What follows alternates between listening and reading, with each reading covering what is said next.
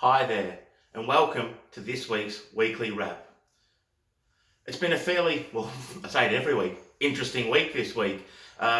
Electronically or digitally, we've been somewhat around Australia. We've been from Hobart to Perth, into sort of central New South Wales, there in the west, in Dubbo, Bathurst, West Wyalong, and over to Sydney as well, and all from my home office base in Melbourne. It's probably more or less been a bit more of a week around talking and strategizing for what we can do for clients rather than on the other end of executing, but certainly some interesting discussions nonetheless.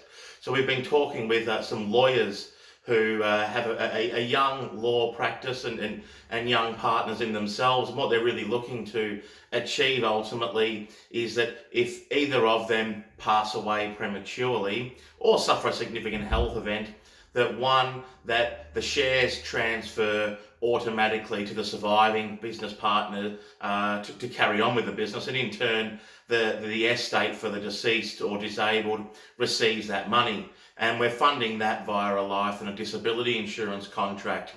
Within the practice itself also, one of them is a rainmaker while the other one is more strong with the paperwork. So it's also just ensuring that should something happen to the rainmaker, that certainly there's some revenue protection as well within the business.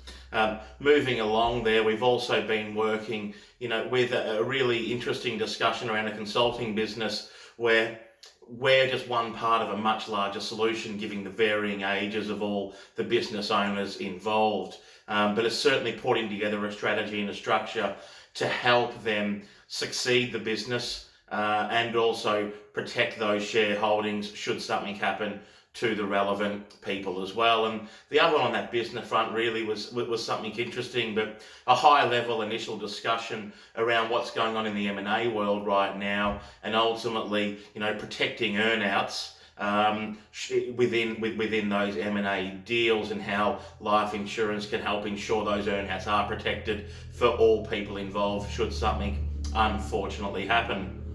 I guess a bit closer to home and on the client front, I guess I've always spoken about that the magic happens with underwriting, and that it's underwriting relationships that are the most important part of our job.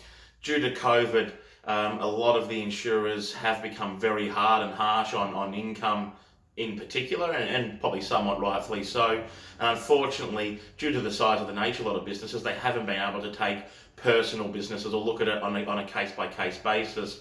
So one of the ones I'm really proud of is we've actually just got some income protection sorted for a fantastic business owner who's got a fantastic business, and we know that as soon as the gates open again, that the business will just double in revenue because of the backlog of orders, so to speak. And it was really good to work with an underwriter who was able to understand the client's business, what's going on in the world, and take a real life sensible approach to delivering an outcome.